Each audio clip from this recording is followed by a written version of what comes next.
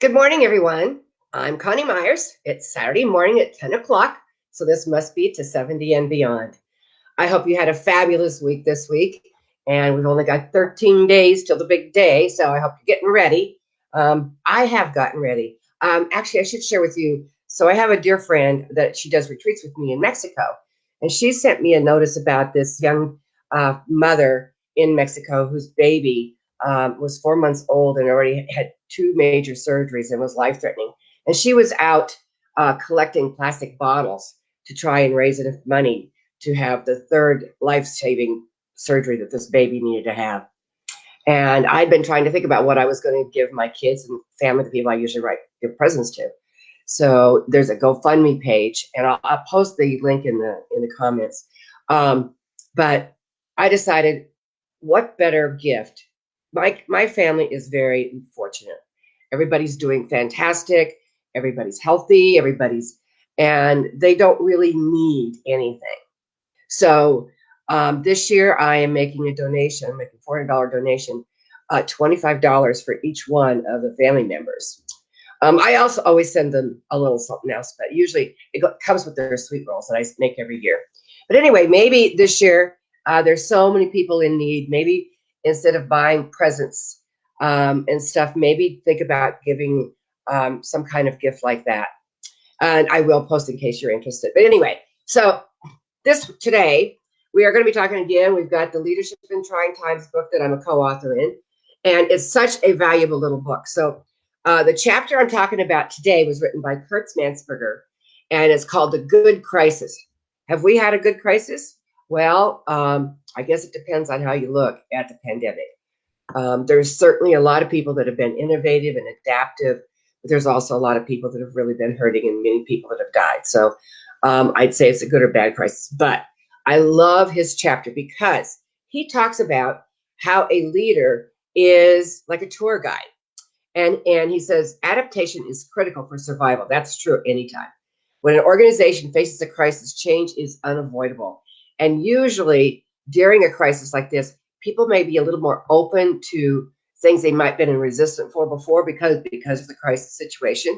It's essential that the leadership creates the plans, strategies, and support structures to guide the organization through the crisis, to not only enable change during crisis, but to position the organization to be better on the other end and lay the foundation for future innovation and opportunities. I truly believe in the bottom of my heart that that's what the pandemic has been all about, rethinking how we do things. I work a lot with the real estate industry, and I can tell you that they've had to pivot and pivot and pivot to the point where I'm tired of hearing that word. But the bottom line is, throughout disasters and throughout crisis, when you talk to the emergency management people, they always talk about resilience. And I talked about it last week from my chapter. Resilience is when you build back better. Well, that's exactly what Kurt is talking about here. And he says a strong leader during a crisis is like a tour guide. Imagine visiting a foreign country where you don't know the language or the culture and feel uneasy being in unfamiliar surroundings. It's important to learn about it. A tour guide will help you to tell you how you can benefit from the experience and guide you along the way. In normal times, employees can be resistant and fearful of change. However, during crisis, change is inevitable and necessary. Who out there has not changed being quarantined? Who out there has not had to look at their job differently? Or maybe they don't have a job and are having to figure out what else they can do. There has been so many wonderful online businesses that have popped up since this all started.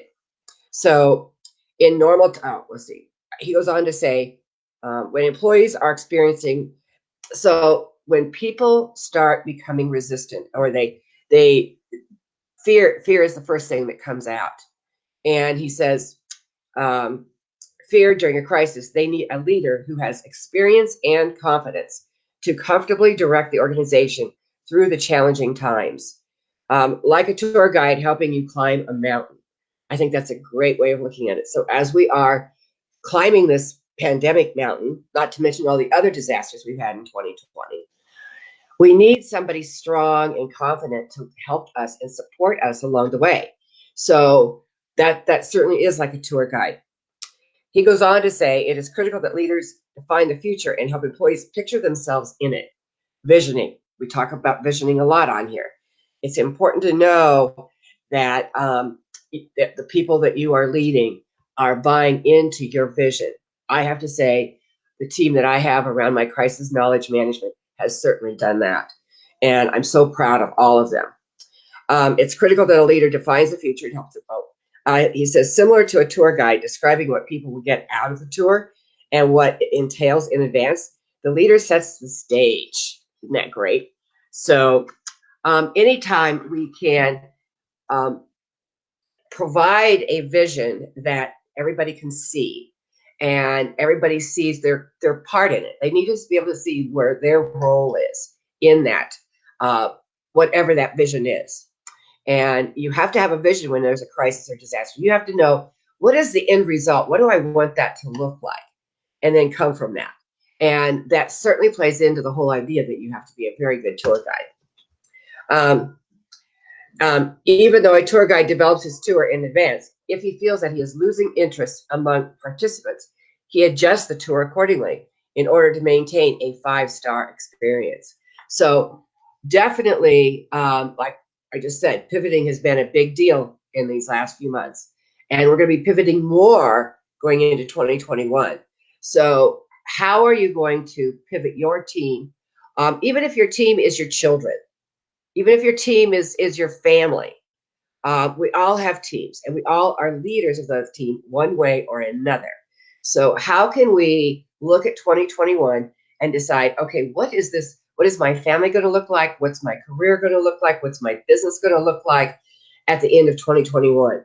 That way you have a clear vision of what you want, and then you take the first step with where you are and what you have to step into it. A tour guide can make sure that his participants are enjoying their experience by creating meaningful connections with each person. John Maxwell talks a lot about you have to reach, before you ask for a hand, you have to put out a heart. So reaching out to people, getting to know people on a personal level at all levels of, if you have a business, all levels of your team. That's one thing I really like. I work with Tammy Bunnell. She's the CEO for Exit Realty International. And the way that she reaches out to each and every person within their organization is amazing. As a matter of fact, everybody I've met in the upper leadership of that organization has been just very powerful tour guide leaders.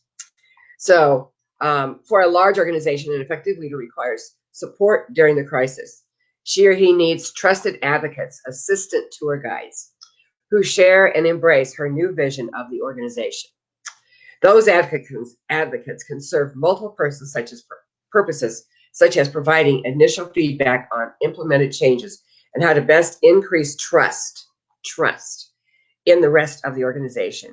In addition, advocates can serve as extensions of the leaders and help guide others through the change. That is powerful. We all need advocates. We all need those people out there supporting us. And the best way to do that is to make sure that they understand the vision and that they have the vision of their vision within that vision, if that makes sense to you.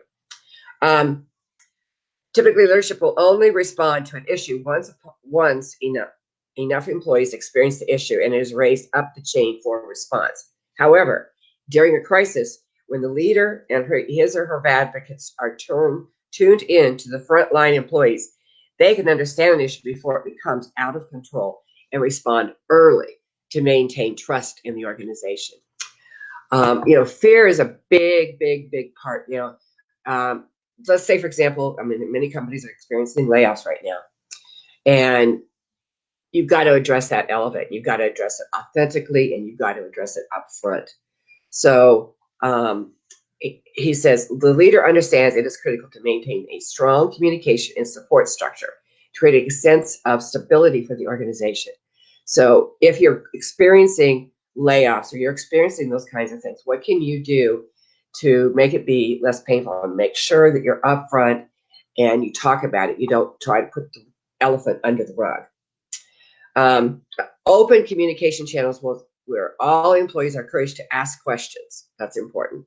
And can receive quick feedback from leadership and advocates.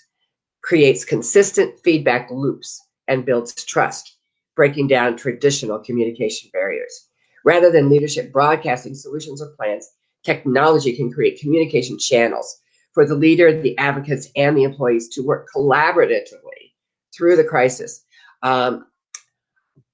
Looking for other people's ideas of how something should be done will help not only to create trust, but it'll also help in the ability to work through things, because somebody may have a great idea, but they don't talk about it because they're not in a leadership position in their job. So make sure that you reach out to some of those people and try to get them to open up and talk about it. And the best way to do that is through when you're having meetings, start out with something personal from each person in the meeting. Something that, maybe a book they're reading, or maybe you read a book together. One of my dear friends, that's what she does with her team. Is she has a book club for her team. And so they open up their meetings with 5 or 10 minutes of talking about the book. So by adopting these practices, behaviors, and technology, a leader will not only lead through a crisis, but they will also create the groundwork for the next change. Change is inevitable no matter what we do. The employees trust their ability to make good decisions and know the structure is in place to support and listen to them. Keyword here, listen to them through another change. At the end of the tour guide's goal is to want his participants to leave interested in coming back for another experience. Similarly, an effective leader can manage change through a crisis and create a positive experience and business value while creating a culture prime for future innovation. That's a great chapter, Kurt. So Kurt Mansperger is the Chief Technology Officer at the Boston Public Library and has over 15 years of experience in technology and management consulting. Kurt has guided organizations through major custom development projects that streamline how they operate, and he led the transition of the Boston Public Library staff from an in-person to a remote operating model. He co-founded a business, First Step Coding, where he coaches individuals on how to transition to new careers, and taught fundamental codings in a live online course with over 500 students. Kurt is also the co-founder of Human Connection, based near Puerto Vallarta, whose mission is to increase company empathy across cultures and strengthen communities through responsible travel experiences. He frequently speaks to patrons, organizations, and companies on technology and how attention to their stakeholders can bring positive transformation. Very interesting. Next week, we're going to be talking. I'm going to be talking about Ryan Barton's chapter. It's called "I Am Enough. I Am Brave. I Am a Cowboy." So this week on LinkedIn, I started a 30-day challenge. I was challenged by somebody to do a 1-minute leadership. It's called a minute of kick butt leadership in crisis management. So go to LinkedIn, find me on LinkedIn, and join me. I'm going to start posting them all on my Facebook page as well. So you can find me it's Connie Myers, at the founder of Crystalline Moment Success Movement and Publishing. You can find me there. So please join me in those two sites. And I highly recommend this little book. There's so many good information. This is really a good book to hang on to so that you can look at it and figure out if you've got something going on you need a little help with.